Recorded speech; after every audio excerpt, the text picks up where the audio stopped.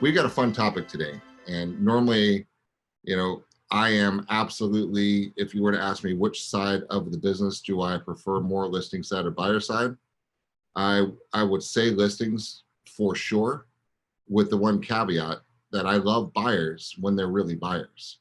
And one of the things you and I are going to talk about today is demystifying the buyers, because they're tricky little suckers, right? A lot of them, their lookers really look like buyers and they trick you.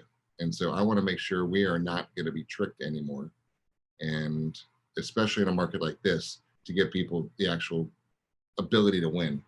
And yeah, I mean, that's the first part, like you're talking about, is seeing how there's a lot of different people out there that will try and fool you. We can see it by the different leads that come through. We have so many different lead sources like Zillow, OpCity, Realtor.com, walk-ins, so many different things. And these people will say and do anything to get you to open a door for them, to get some more information out of you, and then they'll ghost you after that. So the process, this bulletproof buyer process, becomes imperative to qualify the buyer and make sure that you have somebody who's ready, willing, and able to buy. So, I mean, following these certain processes, asking these certain questions, and just following these steps every time becomes key. love it. Let's just jump in, because I know we're going to have a lot of back and forth on the way here. So I wrote, the game has changed, right? And it really, really has. So what this is designed to do is prepare your buyer to win. And it's different than it used to be. And it's going to get different. It's going to continue to evolve. But this is a competitive, serious business, guys, that we're in right now. And I think sometimes we lose track of the fact that it's the largest financial transaction in most people's lives. And they take it very seriously, and sometimes it's second nature to us, but it's not to them. And it's about having that process together to make sure that you follow it every single time and don't screw it up. I mean, what do you think doctors do? But they have a process. You sign in, you fill out a checklist, you wait there, somebody else comes in, does the temperature checks, does the vital checks, fills out the charts, fills out the iPad, puts out the information. The doctor reviews that, gets his bearings, comes on in, does his check, does his presentation, and then he closes by giving you something that makes him money, right? That's just what happens. And he goes from room to room to room to room, doing the exact same thing, and it doesn't ever change. You will not do step 5 without doing step 4. They won't let you pass that certain door until they verified insurance, checked other documents. They just will not proceed if you do not meet the criteria that gets you past that door into a room. Right. They follow a process. They follow a system because they're professionals and they're in a business and they want to make sure that they're efficient. Right. So we're just going to bring that back straight into our business on what we're doing. So that's kind of setting the stage for what we're going to talk about here today. And it's the last thing I wrote on the slide was, it's the only way to scale, right? And what do we mean by that? What do you do, right? It's easy to do a onesie twosie, and you can pull stuff out of the air and a BS process. You could drive somebody around to Dunedin and Tarpon Springs and Orlando and West Palm Beach and Jacksonville and cruise around for a month. Right? Even if they are from New Jersey and don't end up buying and waste your time there, Puma. Right? So it's whatever you want to do. You can invest all the time you want in a non-system and bastardize the process. Yeah. If you want to do a deal or two.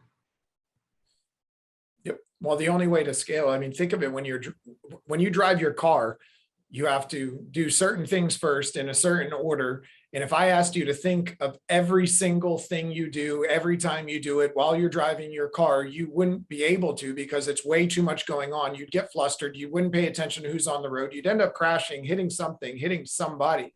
This buyer process is the same thing. You have to have you're basically trying to get a process in place so you can start forming the same kind of habit. So it's like driving. It's literally like sitting in your car, turning the car on, foot on the brake, push the button, put it in drive, both hands on the wheel. When I go to turn, I got to pull my foot off the gas, touch the brake. You don't have to think of all of those things. So when you get a buyer, you're not going to have to think of all of these things. It's going to be, this is how I handle my business. Here's the first step. Here's the second step. This is what we're going to do. And if this happens, we'll do that. It just becomes second nature, which allows you to scale. You could drive your car right now and eat a Big Mac, You can talk on the phone. You could probably read something on read a book or a newspaper while you're doing it, hold a conversation with somebody in the back, all while reading the sign with where you want to go, turning right and paying attention to lights. And it'll be the same process. You'll be able to juggle all of these deals. You'll be able to juggle the buyers. You'll be able to talk to lenders. You'll be able to coordinate with title. You'll be able to talk to agents, and you'll be able to know exactly where you're at with each buyer so that you can scale this process and manage it more efficiently. Love it. All right, let's go to the basics here. 3 ways to find buyers or people who appear to be buyers. I'll say this in the beginning. And number 1 is buy them. Nothing wrong with it. Buy them. Zillow, Realtor.com, a million other leads, Relo. You're buying those too, right? You're paying for them. You're paying referral fees. You're paying up front. Nothing wrong with them. There's no shame in any of these games. Just the way that it is. Number 2, go find them. Right? Prospect, talk to your sphere, post out on social, do all the stuff that we talk about, find them. Or number 3, have them seek you out, which is what you heard for Puma and Jimmy talking about, how to get your presence out there, how to become an attractive force that people go to you as the go-to advisor in your micro market niche, right? So that's it. So it's not really difficult. You can pick one of these 3, and you got to find people that are thinking about buying homes. And let me reiterate, you got to find people that are thinking about buying homes. And that's the tricky part right here. There's a process, which I'm going to get to later. I'm actually going to skip that slide for right now, because when you have somebody that looks like a buyer, right? And I'm not saying looks like a buyer is a buyer, but they have such a long time period. Remember, what's the life cycle of a buyer from the time they first having a glass of wine at dinner saying, I hate this kitchen, honey, let's get a new house.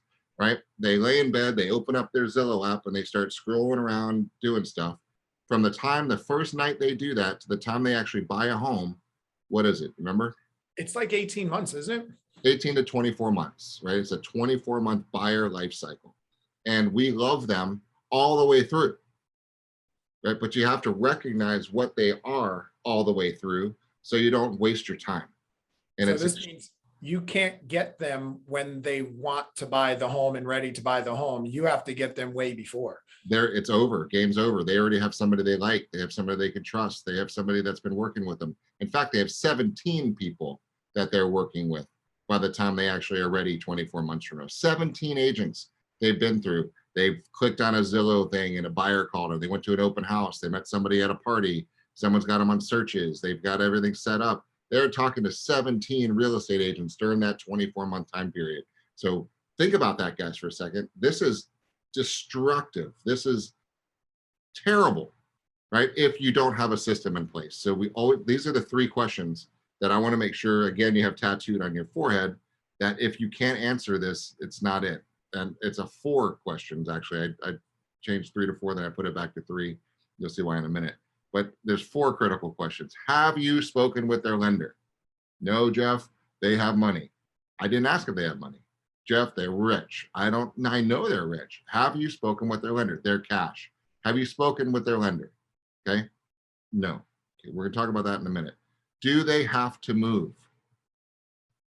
Have to.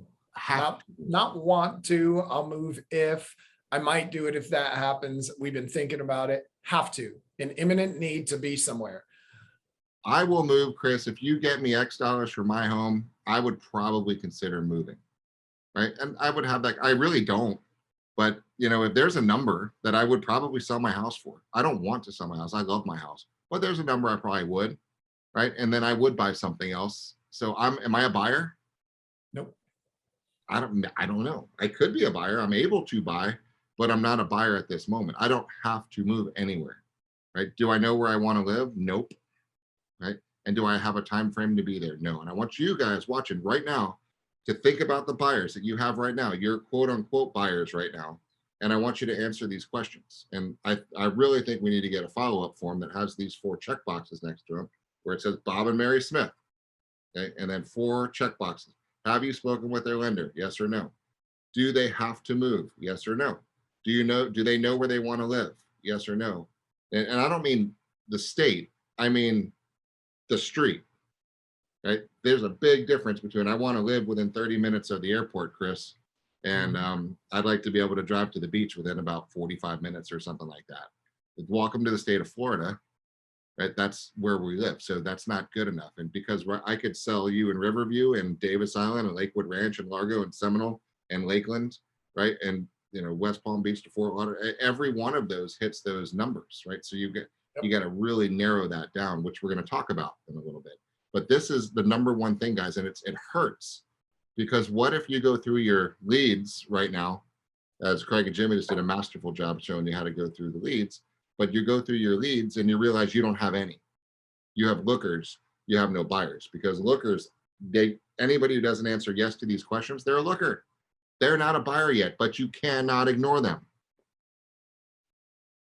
Can't do it. So let's move on to this for a second, because let's talk about how important knowing their lender is, Chris. Knowing their lender, knowing their program and their parameters, their financial situation. Before you even look at houses, tell me why this is so important and why the first question is, have you spoken with their lender? Let's really dig on this. So there's a lot of reasons. I mean, to start with, if you want to be able to write a valid offer, if you want to be able to put an offer on the table, we have to be able to justify the terms of the offer that they're writing. So number one, they can give you an approval, but until you've actually reached out to the lender and asked specific questions about that approval, well, what happens if that? What about the property? What about HOAs? What about CDDs? There's so many things that go into that, but you have to reach out to the lender. I think one of the most important things from the beginning is just to build the connection with them. Because if I have a connection with their lender and their lender knows who I am and I know who the lender is, and they've told me a little bit about the file and we start talking a little bit, now we have a connection. We're starting to build some trust. And if I trust that they can get the job done and they trust that I can get the job done, we're going to probably build a better relationship through this process. And I'm going to be able to depend on them when I know we need something, or when they tell me that something's coming tomorrow and they're going to deliver it tomorrow and it happens, like approvals or CDs and things like that. But just knowing the lender and building that rapport and building the connection is a really big thing, I think, from the get-go. That way everybody's on the same page. You are helping somebody buy the largest asset that they're ever going to buy, more than likely. I think you should know and have a good relationship with the person that's basically saying, I vetted all of their information and they're good to go. I think you should build a good relationship with that person. So, and then their program too. So they're going to tell you everything they need to know about that program. What if, before you even get to the program, what if they tell you, well, this file we can't close for 60 days. Normally we can close in 21 to 30, but Billy Bob here has a credit issue that they're going to need to square away, and it's going to take 30 days before I can clear it and get an updated file and get it in with an underwriter, which means we probably can't close for 60 days. Or the type of loan that they're getting requires their credit score to go up. And we are waiting on that, but I felt comfortable giving them the approval because of the situation we're in. Just having conversations like that, we're going to get everything out of the way up front, but building that rapport and a relationship is going to set that foundation. And pulling your team together, right? I mean, Yep. Zoom is the best thing that ever happened to business, because I could say, if you're my buyer, say, hey, Chris, I'm going to pull in my lender, Bob.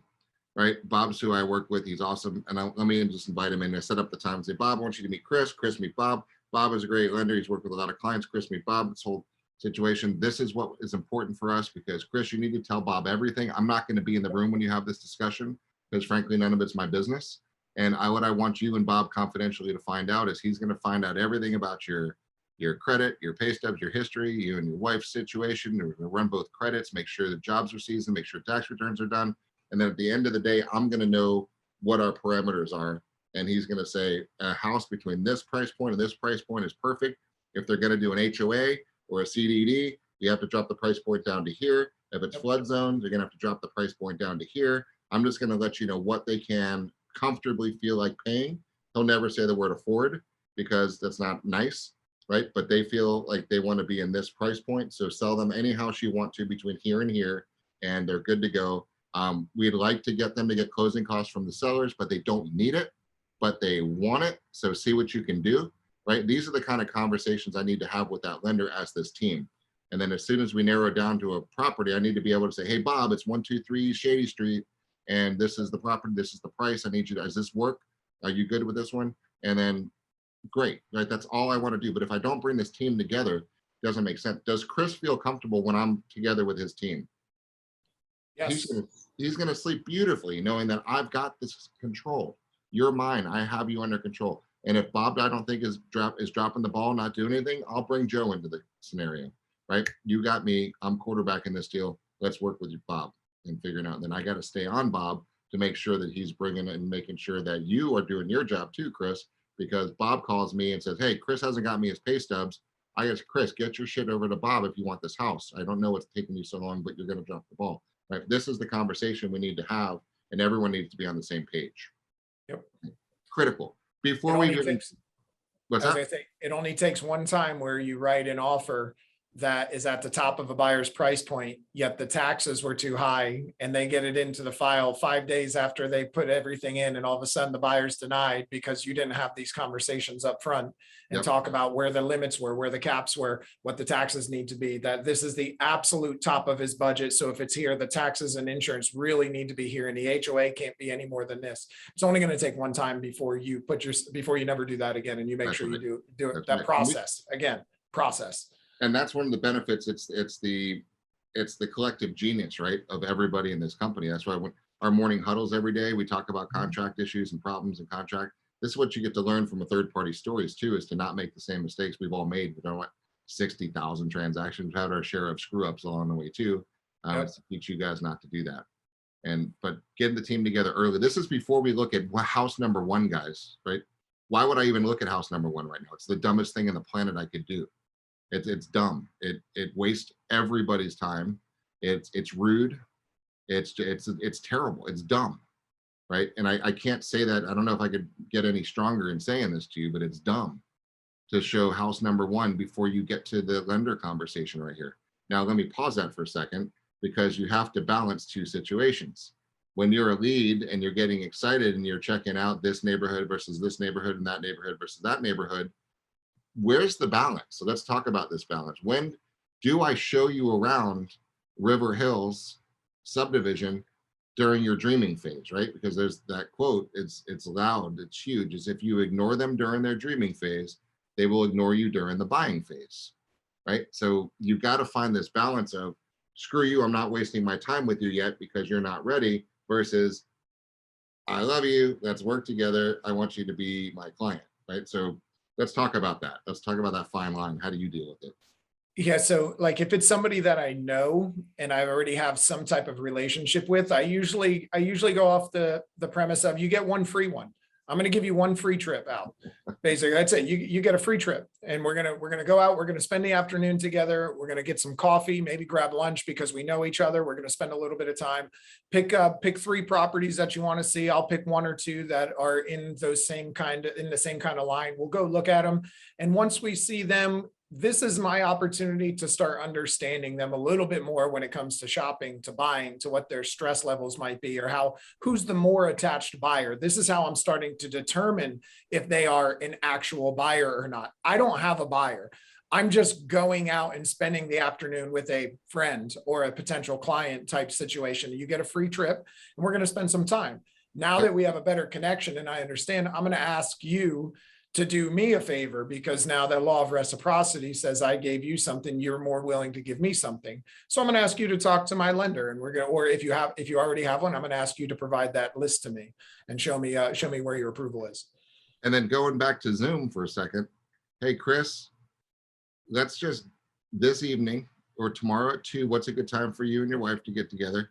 Come into my room. I'm going to open up Google Maps. I'm going to open up the MLS, and I'm going to show you everything. I want to tell you, I want to talk to you about the locations. I want to talk to you about where your jobs are. I want to talk to you about traffic flow. I want to talk to you about what you want to be doing. We'll actually do that in a minute when we go through the process, right? So there's a balance that we need to talk to, and you're right on. You're going to spend some time with them, right? Yeah. Until you get to this point. But before you get serious, they need to jump through these hurdles, right? And it's for their best interest, because the worst thing in the world is if I get you excited about buying that house for $429 because you got your Quicken Loan pre-approval from your app that said $429, and we put it under contract, and I didn't take into consideration the CDD, the fact that it's in an A flood zone and it's got an older roof, and now all of a sudden you can't afford that house. I am a terrible person to allow you to get excited about buying a home that you now cannot afford, right? There's nothing more rude I could have done to you because you told your friends, you told your family, you told everybody, you bought this house, you're excited, you're on Facebook, you shared pictures, you're planning your home, you probably bought furniture, you guys are just celebrating your love and life, and then all of a sudden your bubbles popped because I was a bad agent and let you get excited over something I shouldn't have gotten even to that point yet. Does that make sense? Yep, absolute sense. So that's the points here. And then we got to start teaching them about these acceleration clauses and the other things we're going to get into in a second about explaining the perfect contracts.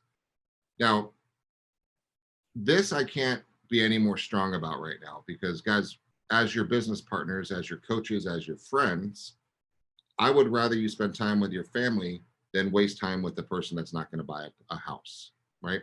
It's just smart.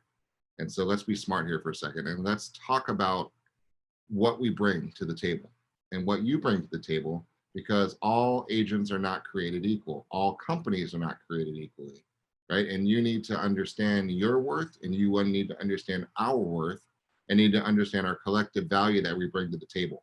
And you need to understand that it's way more than what many people are doing in this marketplace right now. So do we bring value? What is the value that we actually bring to the table? And should we be a little bit aggressive about it? How do we get across the point that we know our stuff, and that in a nice way, they're lucky if we work with them, and you kind of, I don't want to walk that confident, arrogant line, but as a good business person, you get to pick and choose who you work with. And so your clients are lucky to be able to work with you, right? To have you representing a client in their largest financial transaction they're lucky, because you are great. You have the system behind you. You have all of us behind you. You have the brand behind you. You have so much value of agency, which we'll talk about in just a second, but the value you bring to a transaction is not light, and you've got to sell it, because like we talked about, Chris and I talked about yesterday, there are many companies that are trying to say that you bring no value. We bring no value. We are just door opening monkeys, right? Yep. That anybody can just push a button on an app and let you in the door. And are they right? Well, I like the two sentences that you have down there, and I use them a lot. And the first one being, let me show you how I handle my business. Let me show you how I run my business. Take control from the get-go with them, letting them know that this is a business. This isn't just you opening a couple doors for them. Let me show you how I run my business. A simple thing like that sets the tone a little bit differently. That's why you even see like a listing script says, let's go have a seat at the kitchen table. You're just trying to take control from the beginning. And then also, if you do happen to run into somebody, the interview for the job, be aggressive, letting them know if you have to interview for something, you typically interview for a job, for a position, for an opening that's there. It's not something that you automatically accept that you're going to have, and you're letting them know this is a serious thing for you. So, hey, I'd love the opportunity to interview for the job, to be your buyer's agent. I'd love to sit down and tell you what that really means to me, and set that tone from the beginning. And that's really going to put them in a different mindset that lets them understand that this is business. This is more serious than him just opening doors and writing offers. Let's get on to a Zoom call. Let's come down into my office and let's talk a little bit more about that. That I can't underscore what Chris just said enough. I mean, this is it, especially if it's your friend, because guys, honestly, a lot of our business comes from referrals, people that we know, and they come to us, and we're tempted to kind of be friends and show them houses, right? You're the friendly door opening monkey, and you run a really bad risk of not being taken seriously and not being perceived as valuable as you are. So even if it was Chris coming over to buy a beach house, right, with Lindsay this weekend with their kids, right? I know Chris very well. I'd still say, Chris, we work together, we're friends. Let me tell you how I run my business over here. This is how we're going to do this. I'm going to get you with my lender. I'm going to understand what the best loan program is for you. We're going to understand the best parameters. I'm going to understand how you're going to use this property. I'm going to understand everywhere you want to be. We're going to talk about locations. I'm going to go on Google Maps. We'll go on the MLS.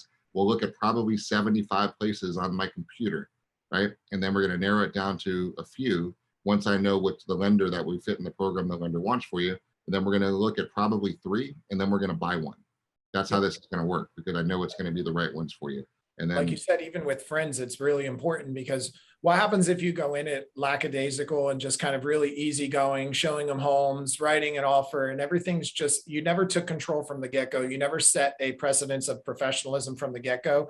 The minute something goes wrong, you immediately are going to have, they're going to tag you as somebody who's not professional, and this was more your fault. If they took it a little more seriously, they didn't seem to have their crap together. They just kind of, it was like no big deal to them. So it even goes further than that. So as you start having potential issues down the road, if you set it from the beginning that this is business, this is professional, let me interview for the job, it's going to go a long way throughout the entire process too.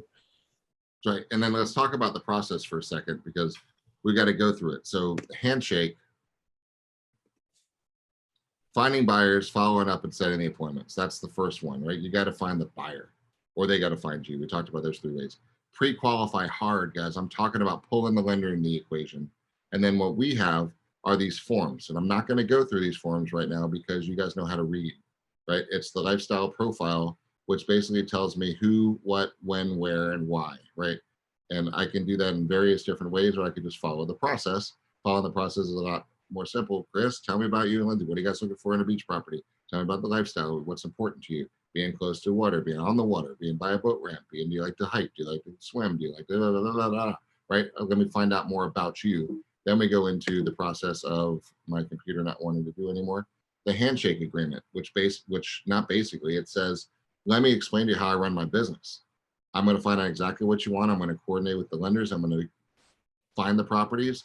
I'm going to get you the best one, and I'm going to do my job. I'm going to negotiate like a beast, and I am going to do a great job, and I'm going to get you the property.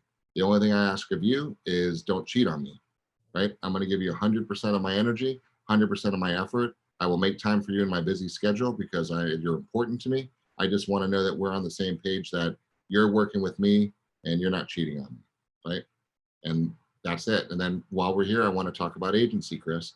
And I don't know if I'm sure you've talked to many agents, because there's a ton of real estate agents out there. Has anybody had the conversation about agency with you yet? And 9 times out of 10, they're going to say no, right? They're going to say, no, I don't. What are you talking about, agency? Right? Did anybody have the conversation about how they want to represent you and how they represent you? Well, they haven't. Well, I'm really glad we're here. Let me share with you kind of how we do this, because there's 4 things. And guys, I don't know if you notice this, but I've said this a few times in my head. There's 4 things that are important in real estate transactions, and they're very important. It's FOL and C: full disclosure, obedience, loyalty, and confidentiality, right? These are 4 things that I take very seriously with my clients. And our brokerage, it actually offers the highest level of representation, of which those 4 things are part of. Most greater than 50% of our competitors, our other agents in the marketplace, they are legally not even allowed to offer full disclosure, obedience, loyalty, and confidentiality. They're not even legally allowed to do it. Their brokerages don't even allow them to go to the next level of representation, which is amazing to me. So you get the highest level when you're with us. So now you've got me listening, knowing, working with your lender, telling you how I'm going to do this, and taking good care of you. And I just want to make sure we're on the same page, that you do intend working with me as I'm going to work with you. Okay. Yep. What's wrong with this conversation? Nothing. What if let's say it doesn't go the way I want it to go right now? That's okay. Now you have a decision to make, just in any other business transaction that you're in. You have a decision. And how could it not go? Let's talk about that. What could you say to me as a buyer that you don't really know if you want to work with me yet? Jeff, I appreciate everything that you're saying, and it sounds all great, but I mean, I really just want to look at a couple of houses before I do anything else. I mean, I understand it, but I just need to see some places. That's really what I need. I just need to see a couple of houses. My wife's she's real visual. She wants to see everything. She's got to get a feeling of it. Before we even do this, we need to make sure there's something there. Okay, good. Now, I'm writing notes down. I have a VVVVK, V, right? Why would I write letters like that down when I'm listening to a conversation? Because he needs to see things. Listen, he wants to just look around and see some houses. His wife needs to get a feel for things, but she really just wants to look at some houses. So can we just go see a couple houses? Right? That's exactly what he said to me, because I just wrote down what he said to me. So I repeated that back to him. And so then I said, okay, so you really just want to look at some houses and see some things. So are you guys in a position where you're actually ready to buy houses, or you just want to look at homes? Because I understand it's normally a 24-month process by the times people start looking at homes to the time they actually pull the trigger. And so I just want to make sure, I understand and I appreciate every step along the way. So where are we in this process? Because if we're just kind of in the investigation stage, I love dealing with the investigation stage and showing you around and let you guys look at stuff. Just let's talk about that a little bit, so I know how to fit you into my schedule and make sure that I'm fulfilling your guys' needs right now, and showing you the things that you want, so we can look around. I can just kind of make that happen for us. So where are we? Have you guys spoken with the lenders yet? What's right? You see where I went with that? Is I'm never going to push you off. Now, some agents might say, I don't have time, sign my agreement or screw you, good up. Good for you. If you've got that much business and you're going to piss off clients and run them away, not good for you. That's not a good thing to do. Right? And no matter who you are, refer them out, worst case scenario. But some of you will draw the line and say, sign this or I'm not going to work with you. That's your prerogative. I don't think that's the type of agents we really want associated with us. And I don't think that's the nicest way to deal with it. I think there's nicer ways to say the same thing. Like, oh, you're still in the investigation phase. I'll spend some time with you, but not much, right? You just don't have a buyer. That's the big, just have that differentiation factor there. I don't have a buyer. I've got a looker. I've got an investigator. I've got somebody who's still just checking things out a little bit. You don't have a buyer. Yes. So you're not going to be dropping everything at 1 o'clock when they send you a property. That's the absolute perfect thing for them, because they haven't even been approved. You haven't done any of the other investigative things. You're not dropping your schedule for them. You set the expectation of what's going to happen. Hey, I'm available next Friday at 4 to 6. Why don't we go take a look at a couple homes? We were going to meet for a beer anyway. Let's go take a look at a couple homes and we'll stop off over at the Daiquiri Shack on the way back. That's right. Right. Or now you run the issue because the looker comes into town and says, I think I want to buy a place over here, Chris. And then they want to see you at 4 o'clock on Thursday, and you set up a time at 4 o'clock on Thursday, even though it's your kid's baseball game. It's an $800,000 house. And you're like, man, as a responsible father, 800 grand does a lot. Christmas is coming up. Let me pull some cash down. And it's tempting for an $800,000 house. They sound good. They live in California. They're flying in, and you spend some time with them. I get it, right? It's you need to spend time with the lookers, but you've got to understand the whole deal. Because when you're with them, they say, this is great. We love this area. We're going down to Marco Island this weekend and then going over to Jupiter next week. And we're going to check something out in the St. Augustine, because I heard it's really beautiful up there. And then, a buddy said we should look out in Destin. So let's go look at some houses today, right? Just know it's okay, but do not call them a buyer. This is a lead that you're following up with right now, and you've got to make a business decision as to how much time you're willing to spend with them. Now, do I think you can spend some time with them? I think you could spend some very efficient time and very effective time having a Zoom presentation and show them the different areas. And when you start saying anything about a property in Jupiter, you're a moron, because you don't understand the market in Jupiter. And they're going to sense that quickly by the way you're talking about Jupiter, and you're going to blow all credibility, especially locally. So your best bet to do that is let me hook you up with an awesome agent, colleague of mine in Jupiter. So when you go over there, I know you have a seamless experience. And then whichever area you pick is great. And I just want to make sure you're happy, right? But you just have to get into this investigation stage and figure out where they are. 0 months, 6 months, 9 months, 12 months, 18 months, 24 months. Might be 5 years, right? They might be looking because they're retiring in 4 years and they're trying to figure out whether it's here or Georgia or Marco Island or North Carolina or Italy, right? Don't people do that? That's called the dreaming phase. It's the 24 months of you're going to waste a lot of time. Let's just be realistic with it, and let's limit the amount of time wasting, and let's budget for it, right? In your time, in your weekly schedule, it's okay to have looker time. You need looker time. Right? But you just don't trick yourself into thinking that's a real buyer appointment this week. It's not. It's lead incubation looker time. And just do it. There's too many times, Chris, from a coaching perspective, I got 4 buyers. Do you?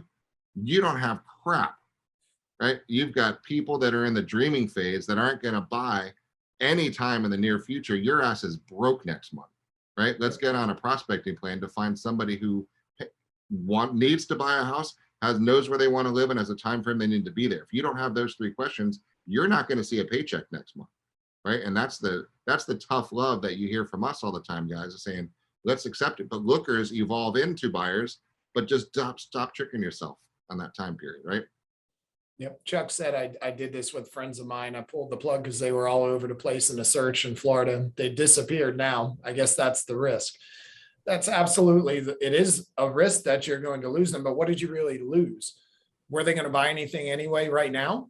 So, I mean, that's a business decision. And when you pull that plug, you have to be okay with whatever happens right after that. And let me add another perspective onto that one. Every single person that you know is a buyer. Like every single person in your sphere will buy another house and will sell the house they're in. Right? They would just will. I don't know if it's gonna be now or 10 years from now, but every single person will. So let's just become an incubation machine, and let's just make sure that you're there when they're ready. But just don't try to make them think they're ready when they're not, and don't be mad at them for not being ready when you want them to be. So if you have that rules discussion right up front and say, dude, dream, keep an eye out there. What's your lottery house? Let's go set up a search for when you win the Powerball. Where do you guys want to live?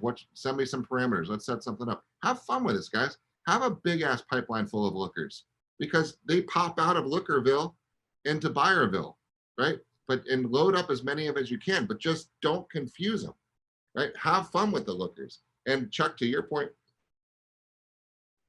go look all over the state. Where are you looking? Let me hook you up with a rock star. Ashley spent a ton of time showing you how we do the relocation side of the world. Hook them up with a background check, awesome agent up in St. Augustine for when they go up and check that side of the world up there. Will they appreciate that? Hell yes. If my shoulder hurts and my primary care sends me to a shoulder doctor, I don't care. I appreciate that. I don't want him digging around on my shoulder, right? As much as I may love him as my primary, get out, right? And don't even think about you're the St. Augustine expert. You're just not. Guys, you're not. If you work in Tampa, you're not the Apollo Beach expert. So stop pretending that you are. If you're an Apollo Beach agent, you don't know the beach, right? If you're a beach agent, you don't know St. Pete, right? So stop pretending. Just get your micro market niche so clear and refer out, right? That's smart. And then now you can look for what you actually want, or spend the time to do it. Another example, Matt Galster, South Tampa agent. I know you know Matt. He had his dad's buddy was going to buy a $2.5 million house in freaking Destin, right? Refer that thing out. But he's like, it's $2.5 million. My dad's best friend. I've known him from growing up. I want to do the deal. I said, okay, get your ass to Destin, right? And guess what he did?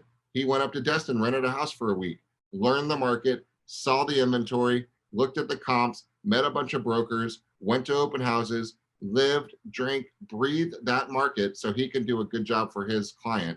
And he sold the house for a couple $1 million, right? That's a business decision, but it involves immersing yourself so you're not an idiot and giving somebody some bad information, right? So you can do what you want, but just understand that if he spent all of that time in a week in Destin and the buyer didn't buy, that was a big loss, right? Of opportunity and hard real financial costs too, because lookers are expensive, right? They are, because you're going to buy gas, you're going to buy lunch, you're going to do all of the stuff you're going to do, and then they're going to go to Destin they may never buy. But if you get a referral, at least you get paid back, right? So just listen to them, embrace where they are in the process, and understand where they are in the process, and don't make them feel bad for being where they are in the process, right? Love them on day one getting drunk on Zillow, right? Love the fact that they're lottery house shopping, right? Just play with them. At least they're thinking about you and they're in your life. And then when you don't give them any crap, they're going to tell their buddies at the baseball game that we use you too. So it's just real important to distinguish between the two of them and walk through this process. We just talked about this. Preview the homes with them online, right? Once you're ready, we're not getting in a car yet. Once you're a real buyer, your lender told me your pre-qualification. I've told you how I run my business. I've asked you not to cheat on me. You agree you're happy to have me be your agent. Let's get to work. Notice something, guys. Have I shown one house yet? No, sir. Not one. Not one. Now, maybe in Lookerville, we've been out 1 or 2 times, and I know they want to live in the county, right? they've decided that they want to come in. They're getting closer, right? So what are the three questions? Do they have to buy? Right? Do they know where they want to live, and do they have a time frame? As they progress, they say, whoa, my wife's pregnant and we're going to have a kid in January. Okay, we're getting close to having to buy, or are we? Where else could you live if you can't find the right house? Well, my mom said we could stay in our guest house. Okay, well then you don't have to buy. Why would you buy right now? Well, because we don't want to live near my mom. Well, okay, are you committed to doing that? And then, do you know where you want to live? I really like this neighborhood. I have 2 friends that live in this subdivision, and I like this school. It's getting better, right? And do you have a time frame? Well, yeah, we've got a baby coming. Okay. You see how they evolve in answering those questions? So before it was answered, 1, I want to buy, I don't have to buy, and then something happens and I have to buy. So those 3 questions, guys, have got to be your barometer to, as they emerge and metamorphosize from lookers into buyers on that. So that's the online homes. And then narrowing them down to the top 3. Chris, what happens when you show people 12 houses in a day? We've all done it and it sucks. What happens to their brains? They scramble them all together. Which one was that had the with the thing on the roof and the side of the house and the color? Or no, well, that wasn't that one. That was the one that had that. Well, did that one have the pool or the not? They get confused. Yeah. They can't no, keep honey, that was the one with the red door. No, it wasn't. It was not. And then you start a fight. And next thing you know, they're not buying a home because they're getting divorced because they argued right. about the 12 homes they saw. That's the back way to get a listing. So narrow it down to the top 3 homes and then pick one and then write the contract. And tomorrow is going to be an amazing contract day on that one. And we're not done on this one, but this is the process. And I need you to really be honest with yourself right now. The buyers that you're working with right now, or the people with intent to buy, I should change my wording. The people in your lead follow-up system that have intent to buy it sometime in the future, where are they on this process? Right? If you're showing them houses and you haven't spoken with their lender yet, and you haven't had the rules discussion with them about agency and not cheating on you, and you don't know really where they want to live, you haven't been on Zoom showing them houses and previewing things around, what are you doing? And an honest gut check for yourself is, what are you doing and why are you doing it? And is that an efficient way to be running your business when you're in probably the best real estate market that we've ever had in the history of the planet right now, right? And I'm not exaggerating it. It's never been better than it is right now. And every moment you waste is very costly because it's $130,000 worth of value to you every time you get a closed sale. Right? So if you're wasting time not getting closed sales, you're losing $130,000. And in this market, when the market sucks, you can screw off a little bit, but right now it's the best time ever. This should be the time that you're raking it in and being extremely effective and efficient, building up your pipeline, getting people to take advantage of 3% interest rates, 2.875% interest rates, right? Cashing in equity on their homes for moving up and moving down and trading up. It doesn't get any better than this, guys. This is a gift. Right? This is the gift that's been given to all of us. And what are you going to do with it? And everybody should be buying still. If you're not in your perfect house, you're dumb for not moving right now, right? You're going to look back and kick yourself in the butt because you left a generational wealth opportunity on the table and it's going away. And by the second, right? And so there should be everybody who's in your pipeline or in your sphere that has been thinking about buying should get in the process here. And at least get drunk on Zillow hunts tonight, or talk to a lender and realize what they can afford. Right? This is a generational wealth opportunity, guys, in a market that we're in right now. And I promise you, it's not always like this. I wish it was always like this. It's not always like this. You're not doing your job if you're not having these kind of conversations with your friends, with the people in your pipeline, with the people that you live next to in your neighborhood. You need to have these kind of conversations with them. Anybody who doesn't understand the opportunity that's out there, get to the point where you can have a conversation with them. You don't have to bombard them with it and come out and start throwing everything out there with it. Find the way that you connect with them a little bit, and then slowly start peppering these things out there in the conversations that you have. And you'll be able to start hooking. It's like it's like fishing, just casting a broad net. You don't keep every fish that's inside the net. Some you throw back, some you keep for bait, some you take home with you, and some you go back out, hey, we need more. It's just, you're just casting this net. And that's what this whole qualification process is like rifling through the net to see what's in there. That's right. And then bring as many people into your pipeline as you can, and then use the tools Jimmy just went through with you and Craig talking about incubation, because incubate, incubate, incubate, put them all in the lead follow-up system, put them all on your Zap page, do everything you can to follow up and let them know what they're doing, right? So the highlights on what we were just talking about, 18 to 24 month life cycle. Embrace it, guys. You can't change it. You're never going to change it. And it's perfect just the way it is. Just don't try to get them out of it prematurely, because you're going to piss them off and they're going to ghost on you, right? Understand where they are. If you ignore them during the dreaming phase, they're going to ignore you during the buying phase. That's the summary on that one. Well, here's a point that before you move on from that, if you ignore them during dreaming, they'll ignore you during their buying phase. This is something that even big companies like Zillow are talking about. So they're talking about their consumers are choosing the home first and their agent second. So people that don't have an agent or don't have a connection or don't have someone like you that's front and center in front of them all the time, whether it's on social media, talking to them, part of their life, those people are on Zillow, they're on Realtor, they're on other sites. They're picking a home first, and then they're picking the agent second. So that's the whole point of don't ignore them during the dreaming phase. Be there for them during that dreaming phase on Zillow, on realtor.com, where they're asking questions and checking things out. Be that soundboard for them so that when they're ready to buy, you're the one that's already connected with them, and they don't have to choose an agent when they're ready to buy because you're already there. Now, Chris, if I would have painfully paraphrased what you just said, they choosing the home first and the agent second, that's also known as irrelevance. Yep. Right.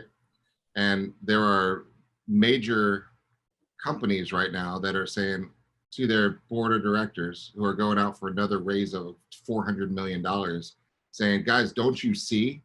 Buyer's agents are irrelevant. People are going to the home first. Look at Zillow. Look at Zillow's revenues. Look at Zillow's profitability. They have proven that buyers do not care about an agent. They are looking at houses, and I can shove a stupid agent in their face that they've never met before, and they still buy the house. Please give me $400 million to knock the rest of these people out of the industry, right? That conversation is happening way more times than you or I would like to understand that it's happening right now, which means we have to change our game, right? It used to be agent first, home second. That was the way the industry was back in the horse and buggy days, right? Of long ago, 3 years ago, right? But it's changed. It's changed. It is not that anymore. So your relevance and the value that you bring to the table is not the homes. Guys, when they call you, Chris, when your friends call you, your investors call you, they know more about the house than you do before you talk to them. Yep. It's at a push of a button. They have the school, they have the ratings, they have the principals, they have the crime rates, they have the appreciation. They know who owns the home. They know what they paid for it. They know what their mortgage payments are. They know how often they bought it. They know their criminal background history. They've checked them out on Facebook and they've Googled them, right? That's just facts. It's all at your thumbs. It's free.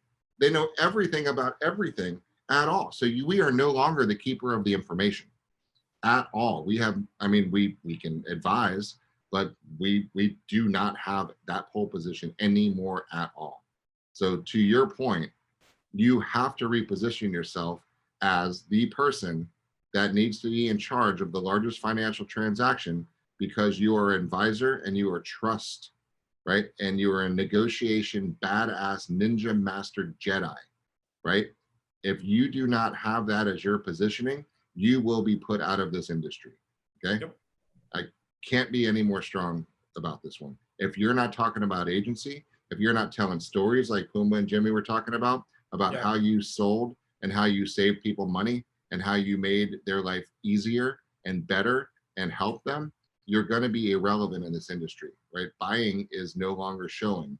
Buying is advising and negotiating and kicking ass in a negotiation using agency, right? That's it, right? People without agency opportunities, they're going to be gone real fast, right? So at least we have the ability to represent. So that probably is the golden nugget of this session, right? Is the repositioning is absolutely critical. And it starts with advising them and telling them what's the reality of it. Like, if I need to have a conversation with you right now as a buyer and say, the only way I can guarantee you get a house is to write the perfect contract. And let me review, Chris, with you what a perfect contract is. It's above full price. It's all of the money goes in escrow. It's cash, right? It's as is. There's not one contingency, and you're going to close it tonight. Right? That's the only way I could pretty much guarantee you're going to get a house. So the reality of you writing an offer like that is not very good. But I just need you to understand that every time you back off any one of these bullet points, your offer gets weaker and weaker and weaker, and the chance of acceptance gets lower and lower and lower and lower. My job is to counteract and sell any one of these bullet points that is not on point. Okay. Some short guys, that is our job. Because when Chris puts in an offer and it's not cash because he's doing financing, I now have uncertainty in this transaction, and I have to sell Chris and the fact that he needs somebody else to give him the money, right, to the seller. That's my job, right? He says, I need 10 days of an inspection period. That's my job now, because now it's a weak ass offer. He doesn't have money. Somebody else maybe will give him the money, and he doesn't even know if he wants your house and he wants 10 days to figure it out. That's a weak ass offer, right? When I present it that way versus presenting it in a different way, because I've already spoken with the lender. I've got a pre-approval. He's good. He's solid. I might even get a letter from the lender that says Chris is amazing, and just treat him as cash because he's already been through my underwriting program. I have his tax returns. I have his pay stubs. He is good to go, right? That's my job as an agent. Put my agent hat on for a second, is to make sure all these bullet points are as close to this as humanly possible. And I've got to sell, and I got to tap dance, and I got to do whatever I need to do to explain why it's not as is, why there's financing, why there is a contingency, and why I need 45 days to close, right? And why I only have $5,000 in escrow, and why it's not full price, right? It's a tough job, right? And it requires skill and care and diligence and the ability to connect. That's why we're talking about it as the bulletproof buying process, not just the half-ass try to get the job done. It's a crazy market. I'm going to try and compete. I'm really not sure. I kind of think we can do it. No, bulletproof buying process. Here's the steps. Here's what you do. When you get to the offer part, here's how you put a perfect offer in. If you put all of these things in your terms of your contract, it's almost guaranteed you're going to get it accepted. But guess what? Even if you did that, you might still lose in this market. But this is as close to bulletproof as we could possibly get. And anytime that any one of these things is just a little off, or we give them just the littlest bit of room for them to worry, guess what they're going to do? They're going to worry. That agent is the other side. I can't control him, and he's a worry wart. He's going to go, well, they did this, and that leads me to believe, and I think they might do that. You never know what's going to happen. So this is the best we can get. How can we get as close to this? Mr. Buyer, do you have more money that you can put in escrow? Do you have more money you can put down? Can we talk to some of your family members? Would they mind loaning you a little bit of money just so we can get through this and get the offer accepted and make sure we get this to close? How about your contingencies? This is a newer home. Do we really need 10 days? For you to get, why don't we just shorten that to 5? There's ways that we can do that. Let's give them a little bit more feel goods here when we send this offer over to them. And then let's use some sales skills. We can't go without bringing this back to deal, because guys, this is not the real estate business we're in. The first day Chris and I went with you, this is in the people and communications business, and it's called sales, right? And people like people who are like themselves, and that includes the listing agent. Exactly. And that includes the seller. So we have to figure out how to sell. And the biggest way to sell your buyer, your sale is not to the seller, guys. Your sale is to the listing agent. Right? And let's make that really, really clear, because the listing agent is the gatekeeper to the seller. And if you can't have that listing agent, what are the 3 things? Can I trust you? Are you good at what you do? And do you care about me? If the listing agent doesn't feel good about those 3 questions, your offer isn't even going to get presented, right? Because guys, we have a lot of power. It's meant to be presented, but it's certainly not going to be influenced to be accepted, I should say, right? Mm-hmm. So part of the job here as a buyer's agent is to connect with that listing agent and do your job and listen to how they answer the phone and mirror and match them. Go into neutral, connect with them. Are they D's? Are they I's? Are they S's? Are they C personalities? Are they being visual? Are they being auditory? There's kinesthetic. What is their energy like? What is their tonality like? You've got to match it, right? Because they will not want to not let themselves win. And if you are more like themselves, you win. The moment you take a defensive, shitty standpoint and start battling them, you lost, right? Your sale is to them so they can say, this agent is good. He's vetted out his client. He's not going to embarrass me, and this deal's not going to fall apart. That's the only thing we need to sell. That's it. And they will take that message to that seller and say, you got other offers. This is the one I believe has the best chance of closing. I've spoken with Chris. He's spoken with their lender. I have their whole loan programs. I've got their proof of funds. They've shortened their inspection periods. They put as much cash as they can down, and they're willing to close any day you guys want. Here's a little letter from them. Here's everything about them. Here's a quick little bio. Here's a story about them. This is what they wanted me to tell you about them, and they really want you to pick their offer, right? Plus, he called me, picked up the phone and called me. We had communication. We talked. He was responsive whenever I sent emails or texts back. They confirmed receipt of things. We had a very good conversation about what's going on. I looked them up and I saw what the history was, or I saw the brokerage that they're with. I saw that they have some history going on. They've done that. So the communication is key. I've done it myself, being on the listing side, said to a seller, I know this agent. I know how they do business. They showed up. They didn't have to show up to the open house, but they did. They showed up to the open house with their buyer. They talked with us. He followed up. They sent an amazing offer. I told him what some of the issues that you had concerns with. Guess what? They addressed every single one of the things that I told them you might have a concern with. And we communicated about it. But it happens all the time. I tell them, hey, this agent is a good agent. I know their history. I've talked with them. Very good communication. He's did everything that you asked in the contract and said that he can come as close as he can to personally guaranteeing this buyer. And he goes, without overstepping any bounds. I'm telling you, I can guarantee this buyer. I can't guarantee everything, but I can guarantee this buyer. It's like you start to feel good about those things. That's right. And that's called sales, right? And selling is legal, and that's what we do. That's our job, right? Sell our buyer to the listing agent, and then therefore it gets sold to the seller in that one. And guys, ultimately, this is about the last line here.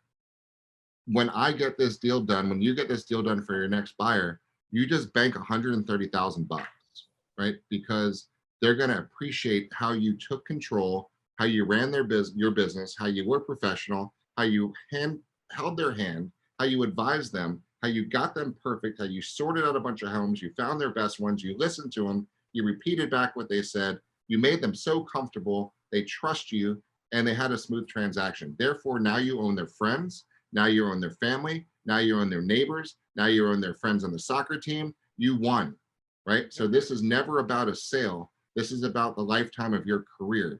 And the moment you miss one of these steps, you blew it. And you not just blew that deal, but any future deal that you can in the process. That's why we spend so much time here. I don't want them to refer me to their friends and their family because I'm their friend. I want them to refer me to their friends and their family because I am unbelievably amazing and awesome at my job, and that I am incredibly professional. And they know that when they hire me, I'm going to show up every single time and we're going to get the job done. And it's going to be the best transaction that they've ever had. That's why you want to get referred. And by having a system and a process to go through to do that, you're going to ensure that nearly every single time. Love it. Time flies when we're having fun. It is 5 o'clock. Yes, sir, it is. I want to thank all of you guys for hanging in here as long as you can. We got a huge ass audience here, and we just hope you got a lot of value out of this one. You could tell we care about you. We want your business to be the best humanly possible. And Chris, as always, I love presenting with you. It's always a pleasure. It's great. And same here, sir. Same here. So join us tomorrow morning. Starting at 10 o'clock, we're going to be doing a contracts class from 10 to 12:30. We're going to be talking about contracts, the blanks, everything in between the blanks, critical dates, contract intake forms. We're going to be covering all of those things tomorrow, breaking down some of the changes that we've seen or that are coming. So you can put yourself in the best possible position and understand the contract. You need to be a badass contract ninja warrior. You are one of the presenters, so you're not going to build it up this much. So I'm going to build this up for a second. You and Craig, there's nobody better at explaining and selling. Guys, this is a sales organization, right? Yeah. It's about explaining and selling the contract. And it's not filling in the blank. It's all the strategy in between the blanks, knowing exactly how to present it, how to make the customers feel comfortable, how to make sure everything is done right so you are perceived as the rock star ninja that you are. So you're gonna want to make sure you clear your schedule and be there 10 o'clock to 12:30. It's a long time, but there's huge value in that one. That is the skill. That is the art in this industry, is making sure you master that contract. So show up tomorrow. It's going to be an amazing, amazing presentation. That's right. We will see you all tomorrow. Jeff, thank you, sir. See you guys. Bye.